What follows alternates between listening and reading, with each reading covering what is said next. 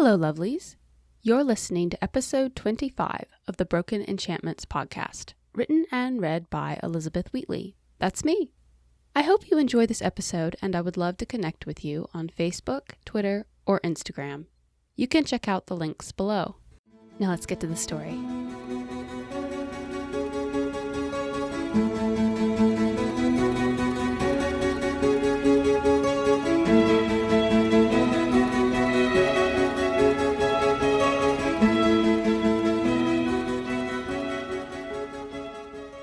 When morning came, Janir stuffed her carcotton back in the wardrobe and donned the stiff surcoat before the maid brought her morning meal.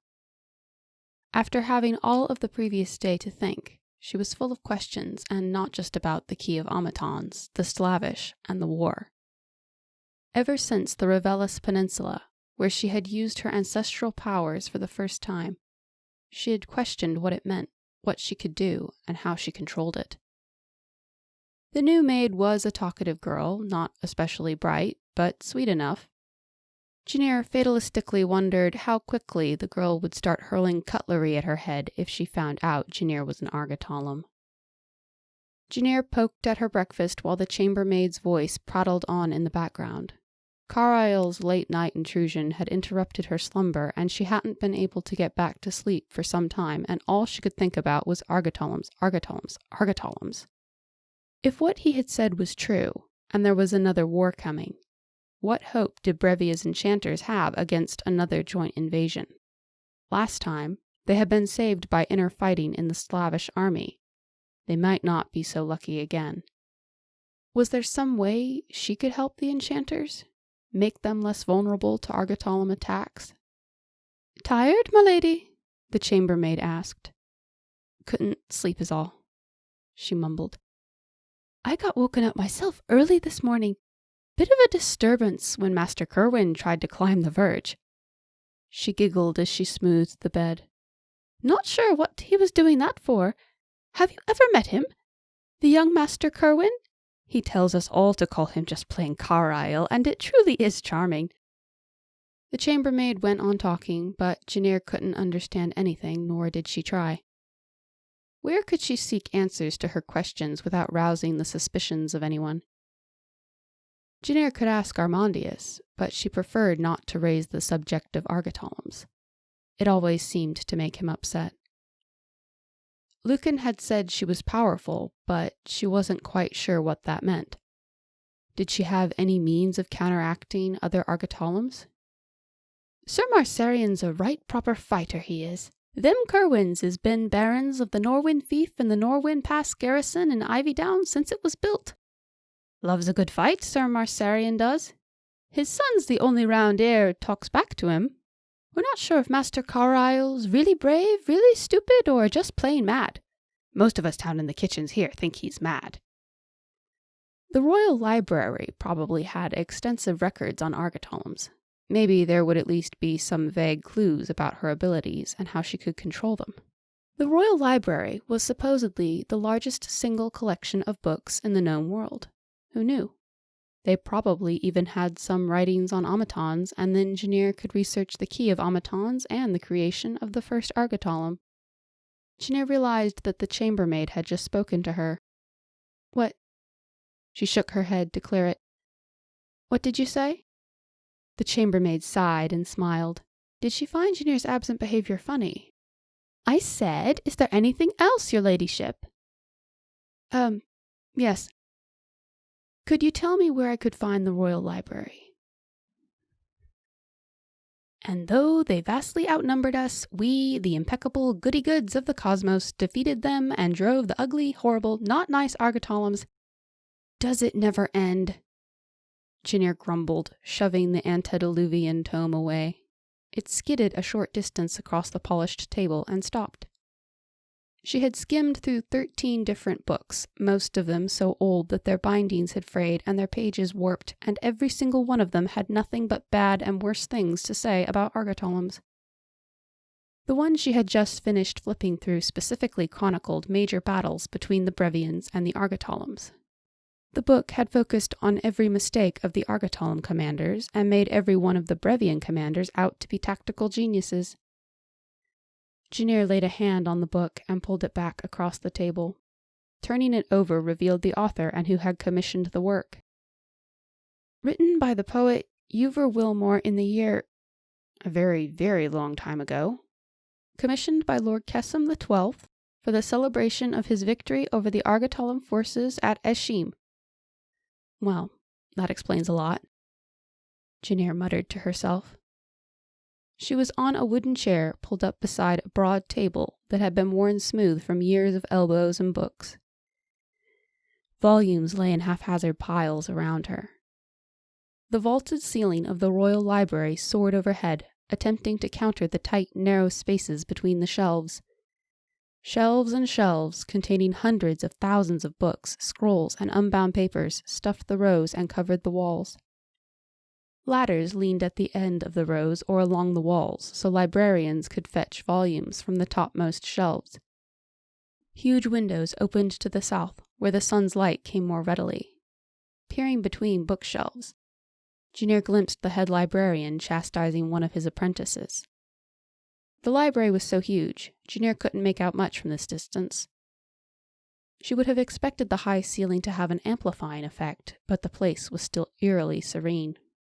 It was a wonder the library hadn't been desecrated during the slavish occupation of Saradin all those years ago. The sultans had wanted to take the extensive archives and books with their bright illuminations as the spoils of war. Only the brevity of the slavish occupation was to thank for the fact the library hadn't been looted. With a sigh, Janir returned to searching the endless shelves. She ran her fingers along the spines of the books, the woody scent of parchment hanging in the air. Some of them were so old the writing had faded. A few still held the smell of a bookbinder's glue,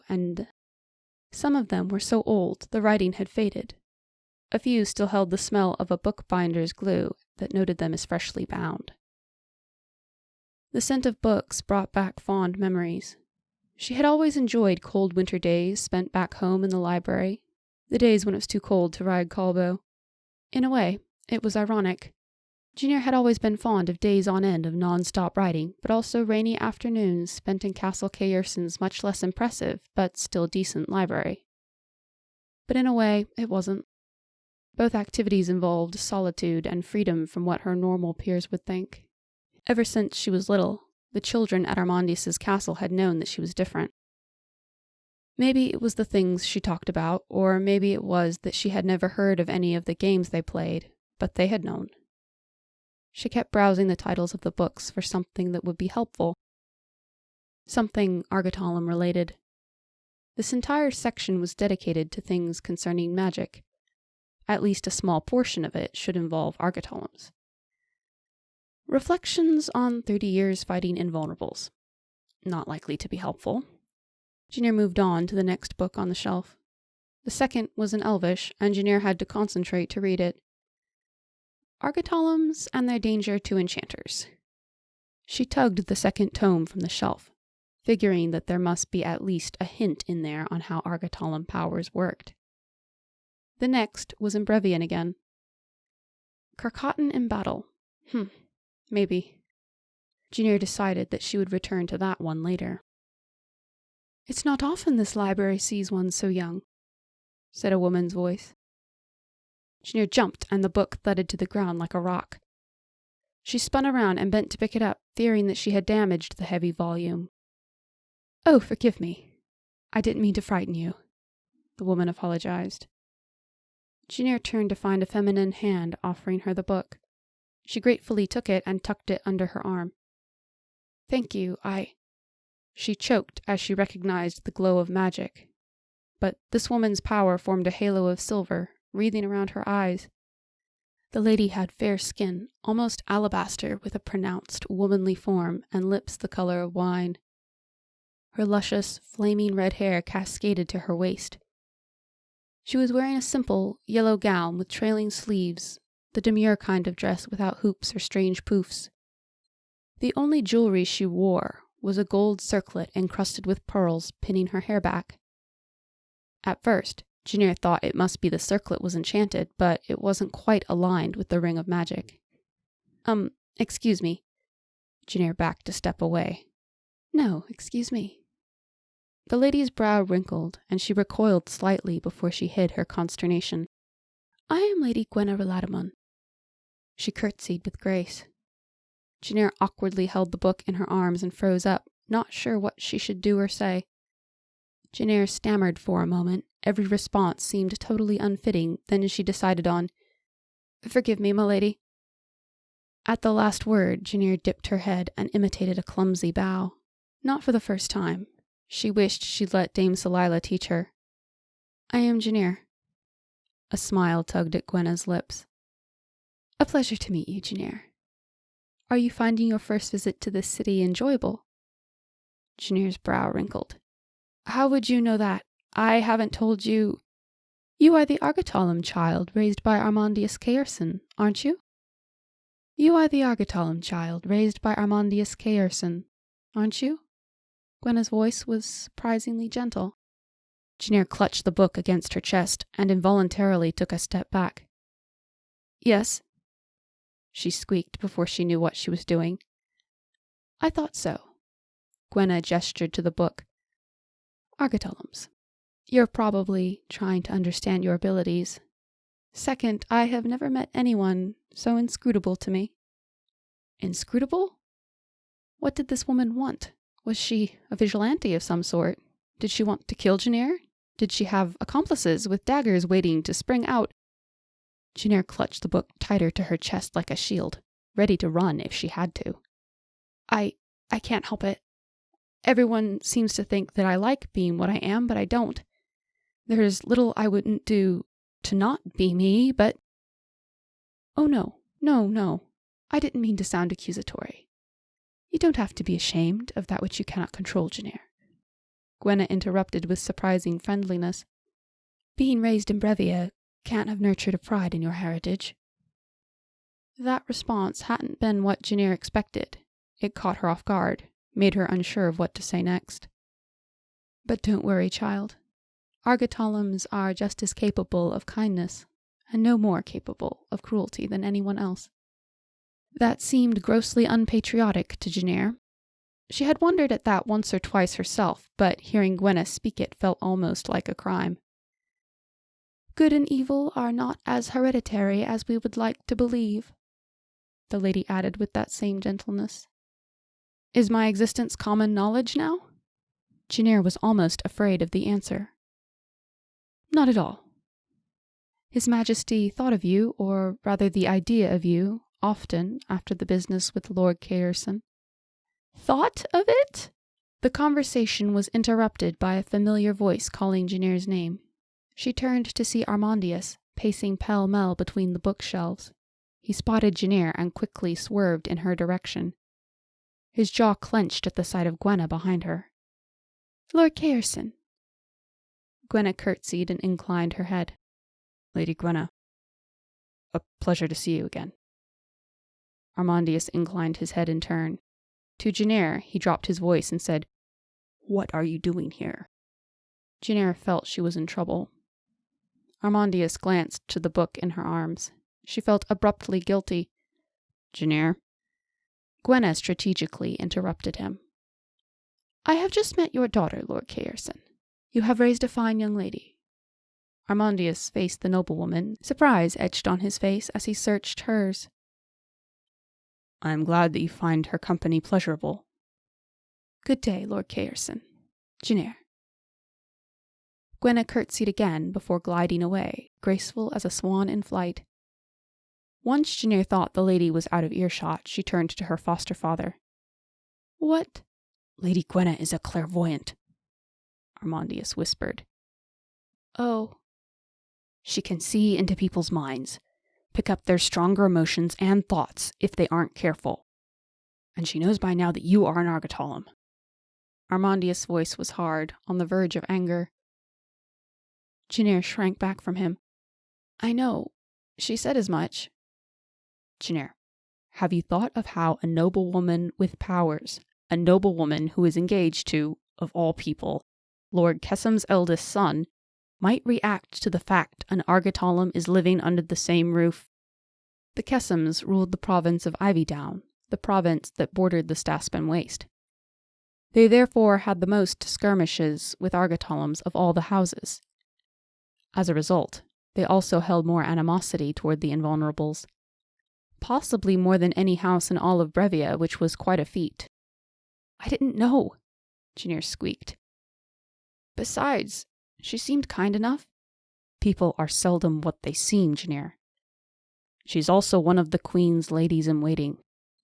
What are you doing in the Royal Library? Armandis took the book from her hands and shoved it back in the wrong place. I was just...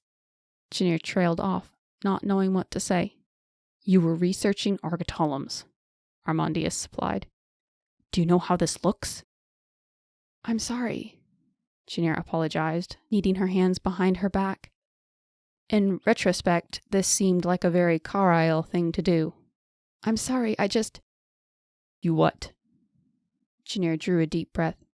I wanted to know more about my powers. Why? What is there to know?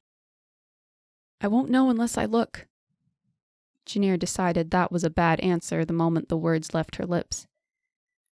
Father, I did things, or rather, my powers did things that, according to what I'd been told, they shouldn't have been able to do. It doesn't matter now, Janir.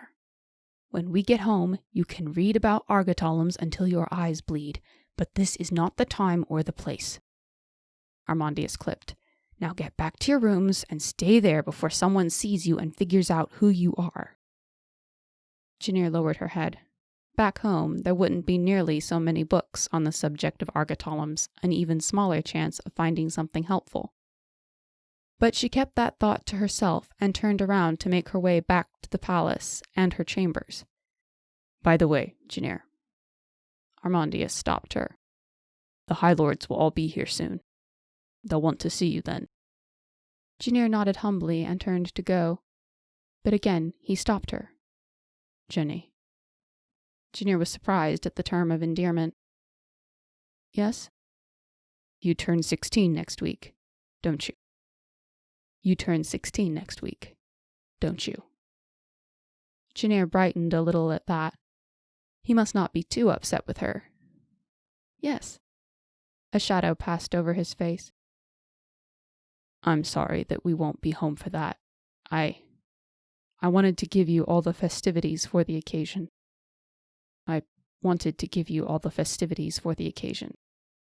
It's all right. Janir would have been lying if she said that she wasn't disappointed, but she understood after everything that had happened. Most Brevian girls, especially noble ones, had grand parties to celebrate their coming of age. It was something many looked forward to as much as their weddings. Indeed, coming of age marked the time when a girl's father could present her dowry and begin taking suitors. It's not as if you have plans to marry me off just yet, is it? Armandius smiled, a change Janir was all too happy to see. I haven't found a young man good enough, he teasingly replied, but I'll keep looking. This has been the Broken Enchantments podcast. Thank you for listening. Check out my Patreon for early access to episodes, bonus content, and lots of patrons-only freebies. You can learn more at elizabethwheatley.com. And don't forget to subscribe. See you next time.